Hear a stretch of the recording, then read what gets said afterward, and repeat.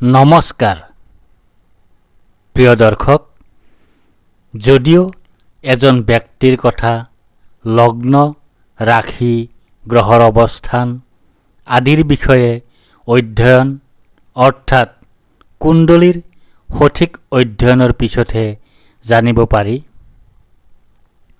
তথাপি অকল লগ্ন আৰু ৰাশিৰ পৰাও ব্যক্তিজনৰ ব্যক্তিত্বৰ বিষয়ে আমি এক সম্যক ধাৰণা ল'ব পাৰোঁ। যদি আপুনি আপোনাৰ লগ্ন আৰু ৰাশি জানে, তেন্তে আহকচোন আমি নিজৰ বিষয়ে জনাৰ প্ৰয়াস কৰোঁ। আজি আমি আলোচনা কৰিম মেষ ৰাশি বা লগ্নৰ বিষয়ে। যদি আপোনাৰ ৰাশি বা লগ্ন মেষ, তেন্তে জানো আহক আপোনাৰ ব্যক্তিত্বৰ বিষয়ে। মেষ ৰাশি বা লগ্নৰ অধিপতি গ্ৰহ মঙ্গল আৰু ই অগ্নিতত্ত্ব প্ৰধান। এই লগ্ন বা ৰাশিৰ ব্যক্তিসকলৰ উচ্চতা 5 ফুট 6 ইঞ্চিৰ আশে-পাশে হয়। অৱশ্যে কিছু কিছু ক্ষেত্ৰত গ্ৰহৰ কাৰকতা অনুযায়ী বেছি ওখ বা বেছি চাপৰো হ'ব পাৰে। এওঁলোকৰ গাল অলপ ৰঙচুৱা বৰণৰ হয়। এওঁলোক সাহসী, অত্যন্ত আত্মবিশ্বাসী আৰু উগ্ৰ মেজাজী হয়। নতুন বস্তু বা নতুন পদ্ধতি বা নতুন পথ তৈয়াৰ আৰু ব্যৱহাৰ কৰাৰ কৌশল মেষ লগ্ন বা ৰাশিৰ ব্যক্তিসকলৰ আছে।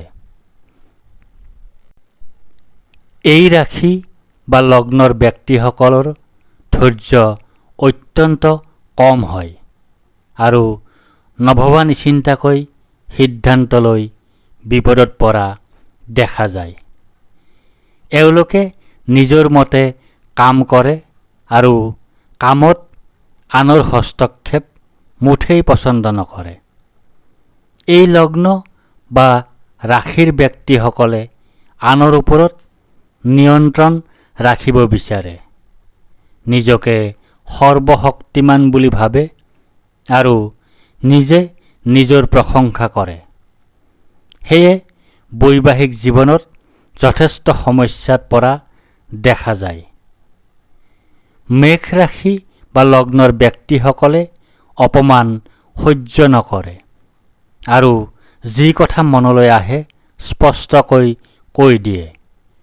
ফলত এওঁলোকক মানুহে পেটে পেটে বেয়া পায় আৰু গুপ্ত শত্ৰুৰ সৃষ্টি হয়।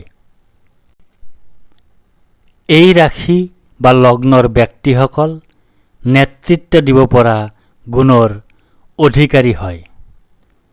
এওঁলোকে ঘূৰি ফুৰি ভাল পায় আৰু সংগীত প্ৰিয় হয়। এই লগ্ন বা ৰাশিৰ ব্যক্তিসকলে কাৰিকৰী ক্ষেত্ৰ, আইনৰ ক্ষেত্ৰ আৰু সেনা আৰক্ষী আদি ক্ষেত্ৰত সফলতা লাভ কৰে। মেষ ৰাশি বা লগ্নৰ ব্যক্তিসকলৰ ধন থকাৰ পিছতো ঘৰ আদি বনোৱাত বা স্থায়ী বসতি কৰাত যথেষ্ট সময় লাগে। 40-42 বছৰ বয়সৰ পিছতহে এওঁলোকৰ জীৱনলৈ স্থায়িত্ব অহা দেখা যায়। সাধাৰণতে এওঁলোকৰ এটাই সন্তান হোৱা দেখা যায় আৰু সন্তানৰ সতে মতভেদ থাকে। এটাতকৈ বেছি সন্তান হ'লেও এওঁলোকৰ এটা সন্তানৰ সতে সদায় মতভেদ থাকে।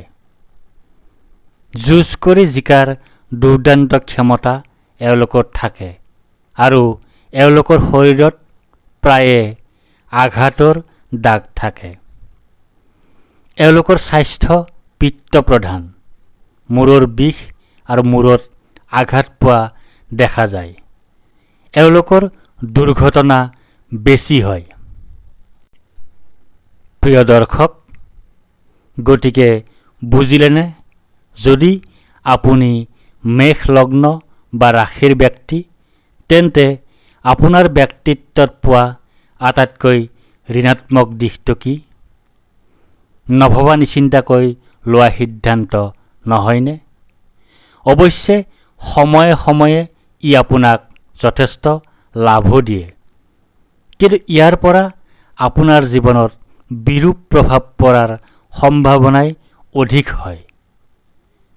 গতিকে আজিৰ পৰা ভাবি চিন্তি সিদ্ধান্ত লওক, দেখিব পদে পদে আপোনাৰ জীৱনলৈ সফলতা আহিছে। ধন্যবাদ।